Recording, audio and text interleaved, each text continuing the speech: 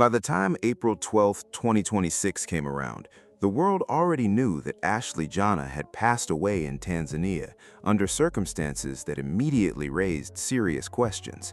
And of course, the moment news of her death spread under those suspicious conditions, everyone on the internet transformed into a detective overnight. People were piecing together timelines, questioning why Joe McCann was not communicating with her family, and making it clear they did not believe she took her own life. Then, the focus shifted directly on to Joe McCann and what he actually did for a living. People started digging through his photos, analyzing pictures of him with Ashley, breaking down body language, and that is when it came out that Joe McCann ran his own cryptocurrency hedge fund called Asymmetric, a high-profile cryptocurrency and blockchain investment firm. Someone in the comments then brought up Iggy Azalea's name and suggested she had been a client of McCann's.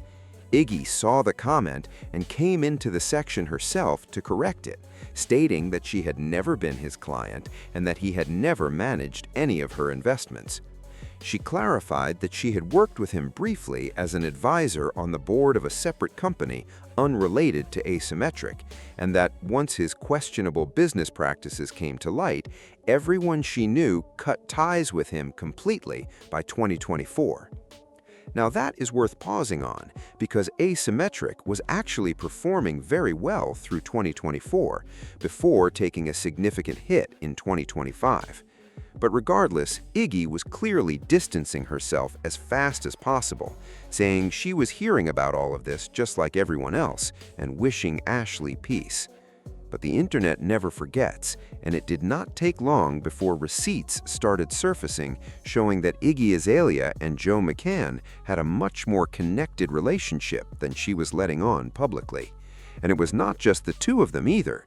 There was a third person deeply woven into this entire crypto situation, and that person was Ashley Jenae herself. In late 2024, Iggy Azalea began heavily promoting a coin called Mothercoin, a so-called utility token tied to various planned projects and experiences.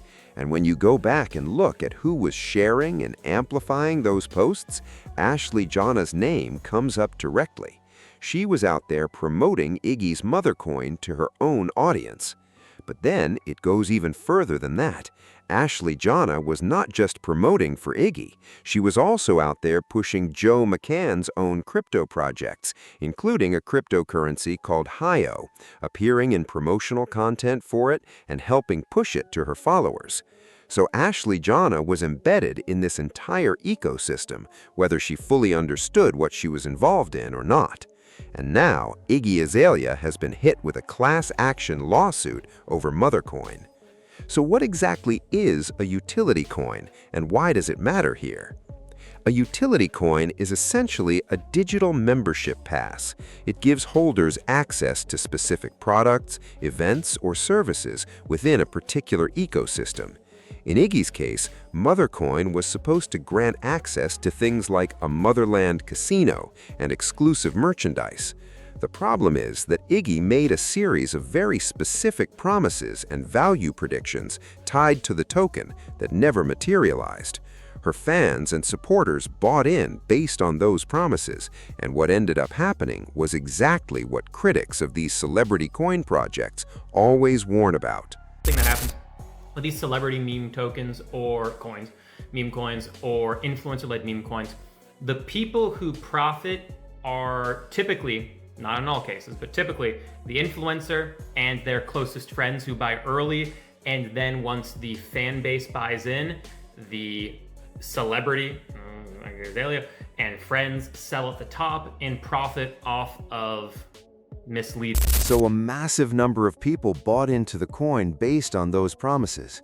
Iggy even predicted at one point that Mothercoin would reach a $300 million market cap.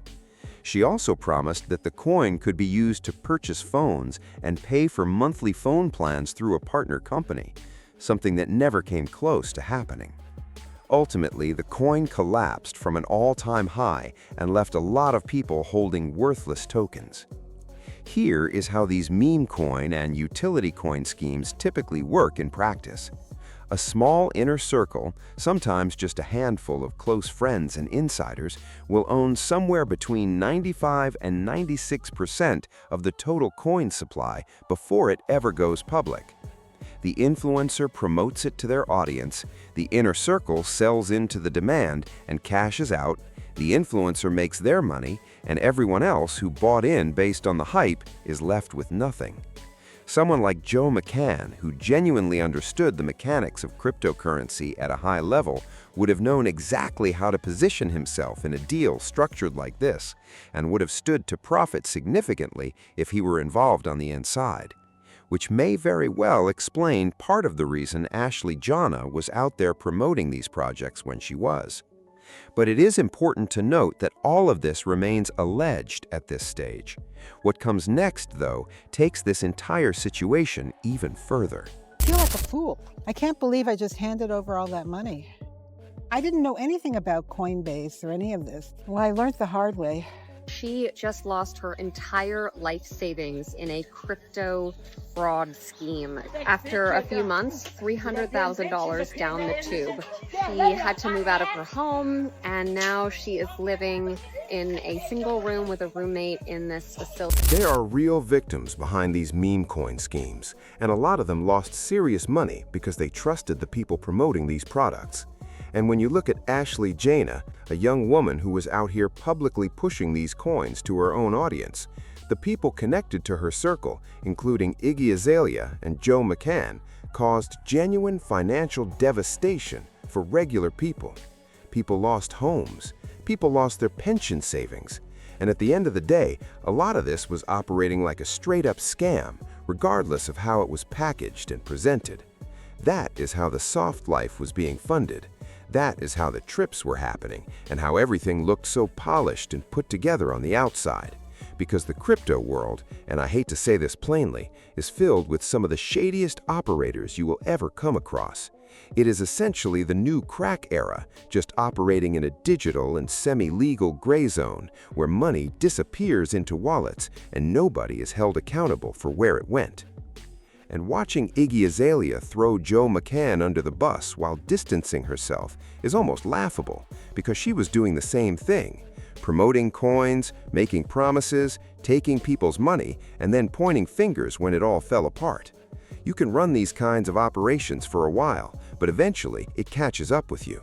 People lost everything trusting these individuals and got nothing but excuses and deflection in return. And a lot of people may not have known this about Ashley Jenae specifically, but she was actively pushing this content to her own audience on her social media accounts. She was promoting Joe McCann's ventures, posting links to Asymmetric, and even pushing his clothing label before she ever went fully public with their relationship. She was doing a significant amount of his promotional dirty work. That was not just a girlfriend being supportive, that was a business arrangement. He was using her audience and her connections to reach people he otherwise would not have had access to. And that is where the Joe Budden connection becomes relevant. Joe Budden knew Ashley Jenae personally and even attended her funeral.